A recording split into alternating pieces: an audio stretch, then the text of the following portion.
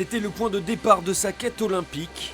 Hier soir au Palais des Sports Pierre Rade de Saint-Quentin, Sophia Nabet remettait en jeu son titre de championne de France amateur en poids plume, avec dans le viseur les Jeux de Tokyo en 2020. À quelques instants de rentrer sur le ring, dernier conseil de son père et entraîneur Mohamed. Quand il y a une préparation comme ça, c'est normal qu'il faut que la concentration, il faut qu'elle rentre dans son cocon, bien tranquille. Elle aime ça toujours, elle. Et après, c'est vrai, quand il se libère, c'est fini. Dans les tribunes, le clan Nabet est aux premières loges. Sophia est presque à domicile, elle la licenciée du club de Chauny. Des débuts à 15 ans, puis une grosse blessure en 2011. 4 ans sans boxer avant son retour au très haut niveau. Elle est prête, elle est concentrée, elle a de l'expérience, elle sait ce qu'elle fait, donc nous on a confiance. On sait que voilà, c'est pour elle. Sur le ring, le combat est acharné face à son adversaire Mona Mestien.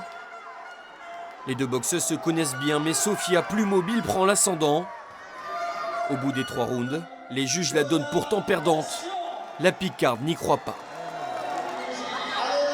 Inconsolable, Sophia est réconfortée par le promoteur et ancien champion olympique Brahim Asloum. Mais rien n'y fait, la déception est trop grande. J'arrive pas à exprimer un autre sentiment de rancœur, en fait, j'ai de dégoût. En fait, ça me dégoûte la boxe. Je prépare des années de travail, je prépare des mois de préparation.